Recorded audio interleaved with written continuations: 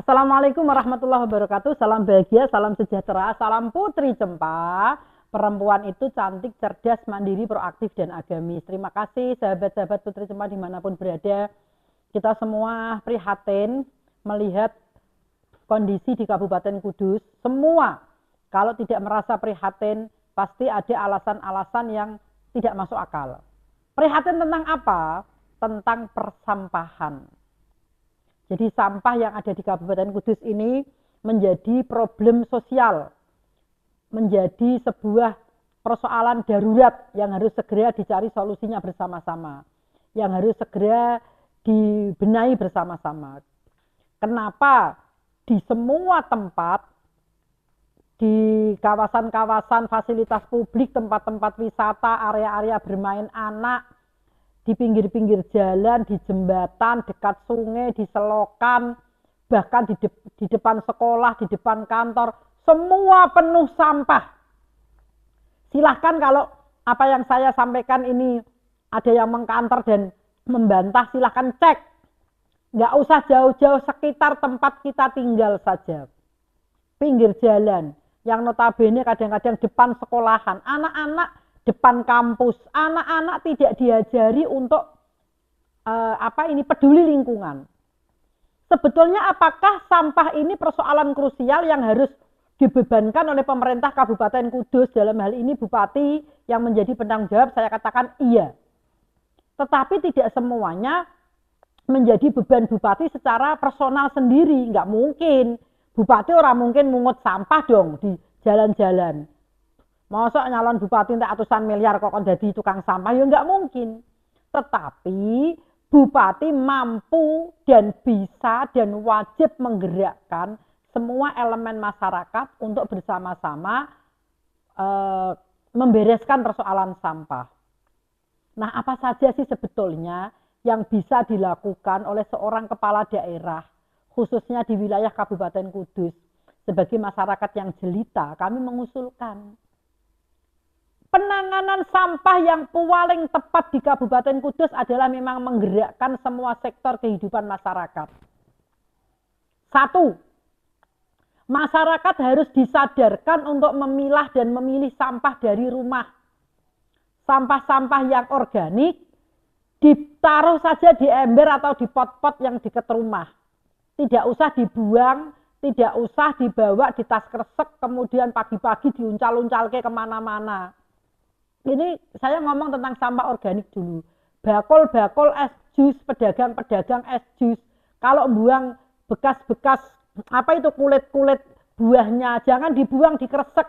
Nah, di kresek busuk, tidak bisa diure, tidak bisa dimakan sama ayam, tidak bisa dimakan sama ternak. Tolong dibuang di rumah saja, dibawa ke rumah, di situ ditaruh di dalam pot sampai menjadi kompos. Atau kasihkan kepada tetangga yang punya ayam, punya bebek.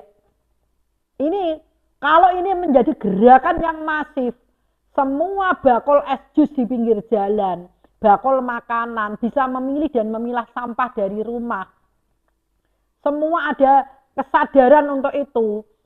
Tidak dicampur sampah plastik, sampah organik, non-organik, campur jadi satu, sementing melebu kresek dibuang, setelah dibuang di dalam plastik, sampai jadi sindat, sampai jadi kotoran, nggak bisa dimakan sama hewan. Karena apa? Posisinya di dalam kresek. Harusnya bagaimana? Ya diudari, nek wayah buang itu dibuka, didokokno lemah, didokokno pot, didokokno ember, didokokno kolam, biar jadi santapan hewan. Itu pahala loh. Kalau kita mau jujur, gelem kangelan sidik seperti itu, sampah-sampah organik, cacah-cacahan sayur, sayur-sayur yang bekas dari pasar-pasar, jangan dibuang di kresek. Tolong diure, bawa ke rumah, taruh ember, kasihkan hewan, kasihkan ikan, kasihkan ternak, silahkan. Semua menjadi sesuatu yang produktif, dibikin kompos untuk pupuk tanaman, silahkan. Tapi jangan membiasakan buang sampah organik di dalam kresek. Sampai busuk ya tidak bermanfaat. Wong kreseknya nggak bisa diure, plastiknya. Itu sampah organik. Ibu rumah tangga, pedagang makanan, pedagang asongan, pedagang es jus, semuanya Kalau punya sampah organik, taruh ember, buang nak nggon kebon, nak nggon tanah, tapi ojo didokok kresek. Biar jadi makan cacing, uget-uget, biar bisa dimakan. Jadi naruhnya itu jangan dikresek, jangan di tas plastik. Tapi taruh ember, buanglah gak apa-apa. Mau di pinggir jalan silahkan, tapi ojo didokok kresek. Sokor-sokor bisa dibuang di rumah, di pot, di mana-mana yang bisa disantap oleh hewan-hewan. Ini satu, sampah organik. Semua harus ada kesadaran. Jangan membuang bekas makanan di tas plastik. Jangan membuang kulit buah sayur di tas plastik. Jangan membuang semua sampah yang bisa dimakan itu di tas plastik. Tapi bawa ember, buanglah di lemah-lemah, di tanah-tanah yang bisa diure oleh hewan-hewan. Bisa dimakan, bisa jadi pupuk, bisa membuat tanah menjadi subur. Itu yang pertama. Kemudian yang kedua, biasakan anak-anak kita tidak pakai pempes. Karena sampah pempes itu naudzubillah. Perempuan cantik-cantik, sudah dandan rapi banget, bawa kresek isinya pempes. Anaknya 2, masih kecil-kecil, semua pakai pempes. Sehari bisa habis pempes 3-4. Dibuang saja di pinggir jalan.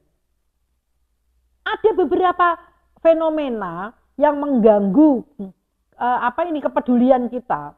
Kenapa sih harus semua anak pakai pempes? Kenapa ibu-ibu sekarang tidak mau kangelan sidik ngajari anaknya supaya pipis itu matur gitu loh. Saya itu punya anak, ibu bapak. Sejak kecil nggak pernah ngompol, nggak pernah pakai pempes. Sekarang sudah kuliah itu anaknya. Karena sejak kecil saya ajari kalau pipis ya ngomong. Jadi kawit bayi ora tahu tak pempesi. Bisa no Bu, bisa. Ketika dia kresek-kresek, ngulat-ngulat kayak begini. Oh berarti kepengen pipis, langsung tak tatur. Nah biasakan dong seperti itu sehingga sampah pempes ini tidak mengganggu dan juga panjenengan bisa hemat. Tolonglah kangelan sidik sebulan 2 bulan. Ngajari anak untuk bisa ngomong kalau saat pipis. Sehingga mengurangi sampah pempes juga mengurangi biaya beli pempes. Tapi bagaimana kalau sudah terlanjur setiap hari ada sampah pempes? Jangan dibuang sembarangan. Bikinlah sebuah jegongan di dalam rumah kita. Entah itu di depan rumah atau di belakang rumah atau di depan pagar rumah. Yang jeru gitu. Buang pempes di situ. Anak-anak itu menjadi tidak pinter, tidak cerdas, kandhanane angel, ya karena pempesnya dibuang wong tuane sembarangan. Lho pempes kan isine pipis dari tubuh anak kita. Sak geleme dhewe mbuange dolim karo lingkungan, bagaimana anak-anak bisa menjadi anak yang baik, anak yang soleh? Kalau sejak kecil saja pempesnya dibuang sejalan-jalan, orang tuanya dolim terhadap lingkungan. Tidak memiliki kepedulian terhadap lingkungan. Sangger pempes diuncal-uncalno, pesing yolah, cok nok ndi yolah pinggir-pinggir jalan. Lho kok anaknya kepengen jadi anak soleh itu piye? Bikin jegongan atau tuku bis. Bukan bis yang dibuat kendaraan itu bukan ya. Selontong. Di depan rumah gitu. Khusus untuk buat pempes. Setiap 2 hari, 3 hari sekali silahkan itu dibongkar, dibakar silahkan, nggak apa-apa. Ini untuk mengurangi sampah. Jadi teman-teman ibu-ibu muda itu jangan buang pempes sembarangan. Itu zalim terhadap lingkungan. Imbasnya pada anak-anak kita angel dikandani, angel dilokno, angel dikei saran, angel jadi bocah sing soleh dan solihah. Karena orang tuanya buang pempesnya sembarangan. Itu yang kedua. Sampah yang ketiga adalah sampah garing atau sampah plastik, bekas dari pabrik dan sebagainya. Ini tentu bisa dimanfaatkan oleh pemulung, dipilah-dipilih, yang bisa dijual. Jadi masyarakat tidak harus buang sampah yang seperti itu di tempat sampah. Kumpulin di rumah 2-3 hari sekali, seminggu sekali, panggil pemulung, panggil tukang rosok, dijual. Jangan botol, kertas, plastik, klotokan kangkung, klotokan kulit alpukat, kulit jadi satu kok keresek ora dipilah. Ini enggak produktif, teman-teman. Saya kalau di rumah jujur seperti pemulung, seperti tukang rosok, sampah tak pilah-pilah. Jadi yang dus-dus, plastik-plastik, kaleng-kaleng tak sendirikan, yang bekas-bekas makanan anak-anak, bekas masakan-masakan di dapur tak kasih ayam. Kalau nggak tak kasih ayam di rumah nggak ada ayam, tak buang di pot-pot bunga. Jadi semuanya bermanfaat.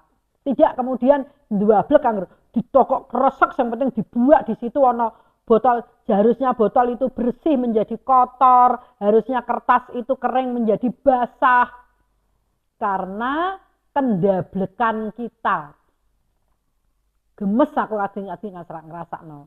Jadi sampah-sampah yang kering itu jangan dibuang sembarangan. Biasakan kalau ada di jalan-jalan ada botol, ada ambil. Kumpulin di rumah. Sampah itu jadi berkah.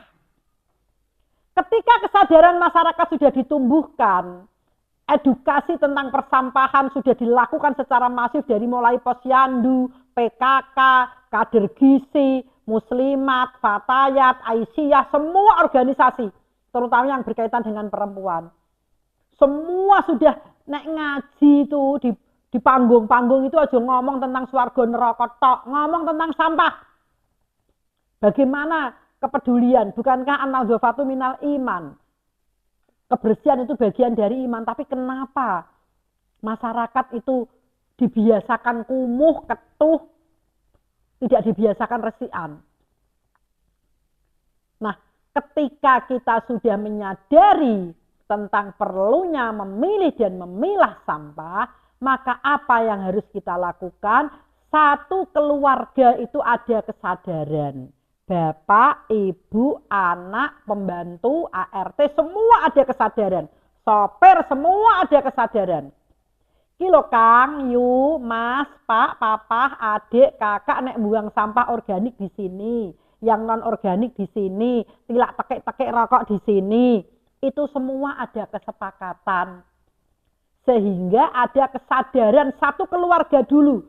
Dimulai satu keluarga. Sadar tentang cara memilih dan memilah sampah.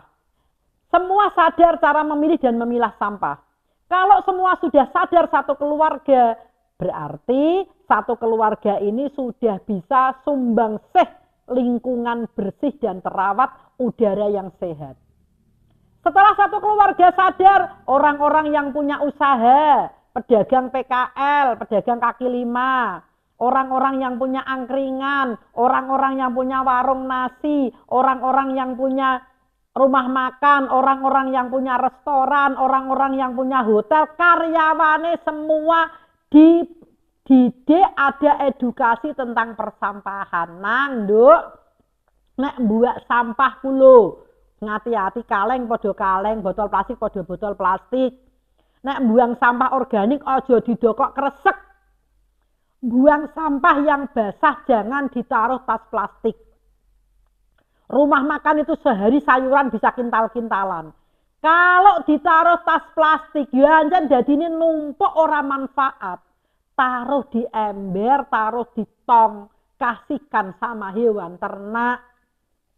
Buang di jegong.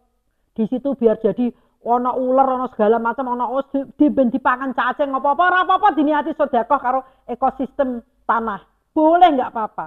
Tapi jangan ditaruh kresek, taruh ember ya teman-teman. Tak ulang-ulang terus. Taruh ember, buang di tanah langsung. Jangan diadai plastik. Ini sampah organik, bisa bermanfaat untuk ekosistem kehidupan semua makhluk hidup. Terus kemudian ketika sudah ada kesadaran dari keluarga, PKL, kemudian ada kesadaran dari yang punya angkringan, rumah makan, restoran, hotel, usaha, pabrik, gudang, segala macam, sadar tentang tata cara memilah dan memilah sampah, maka yang selanjutnya adalah tokoh masyarakat. Bagaimana tokoh masyarakat ini bisa menggerakkan semua wilayah sekitarnya untuk peduli terhadap sampah, untuk peduli terhadap kebersihan lingkungan.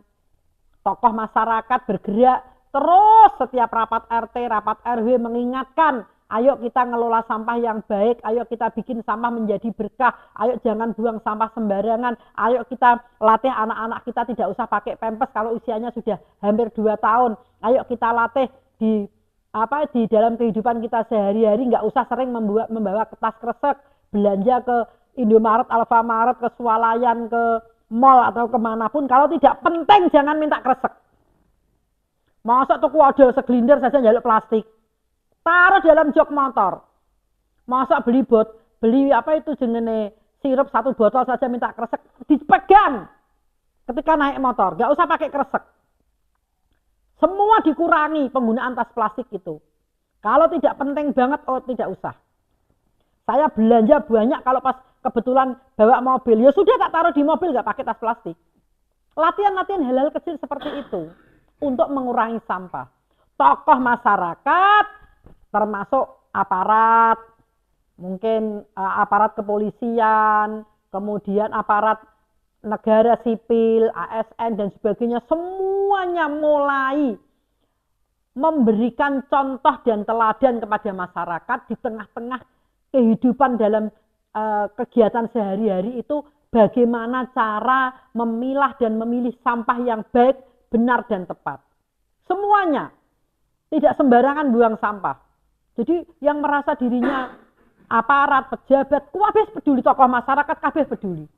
Nah selanjutnya, bagaimana cara menangani sampah di tingkat kabupaten? Bapak Ibu, seorang bupati bisa menggerakkan aparat-aparat di bawahnya untuk bisa mengolah sampah. Bupati itu tinggal memberikan surat edaran kepada kepala desa untuk menyelesaikan persoalan sampah di daerahnya. Aku gak ngerti piye-piye Inggi Pak Inggi. Sementing ngertiku di daerahmu resik. Nah aku keliling daerahmu kau ora resik. Wes pokoke duitmu bantuan tak cairno. Contoh kayak Kang Deddy Mulyadi, evaluasi tidak dicairkan. Itu sebagai konsekuensi sebuah sanksi ketika daerahnya masih kumuh dan tidak bersih. Bupati bisa melakukan itu, seluruh Indonesia juga bisa mengikuti gaya-gaya seperti itu. Nanti dampaknya, manfaatnya akan luar biasa. Daerah akan resik. Mosok ono tugas petugas sampah, duit ono. Sampah sampai nyepupuk gak dipundut-pundut. Gak diambil-ambil. Caranya bagaimana? Ya setiap kawasan itu harus diberikan ketegasan dari pimpinan. Saya nggak mau tahu. Paling penting daerahmu kudu resik. Daerahmu kudu rapi, kudu bersih. Bagaimana caranya? Silahkan selesaikan. Fasilitas tentang pengolahan sampah disiapkan. Memang awal-awal harus ada dana yang besar. Tetapi untuk selanjutnya ketika sistem itu sudah berjalan, insya Allah semuanya akan baik. Semoga para pejabat, bupati, wali kota, gubernur semuanya memprioritaskan sampah. Jangan sampai daerah kita menjadi daerah yang darurat sampah. Bukankah kebersihan lingkungan itu bagian dari iman? Artinya kalau kita mempunyai iman, kita harus membersihkan diri dari semua yang bernama sampah. Baik sampah dalam hati kita, maupun sampah di rumah kita, maupun sampah di lingkungan kita, maupun sampah di tengah-tengah masyarakat. Salam bahagia, salam sejahtera, salam Putri Cempa, sehat, cantik, cerdas, mandiri, proaktif, dan agamis. Assalamualaikum warahmatullahi wabarakatuh.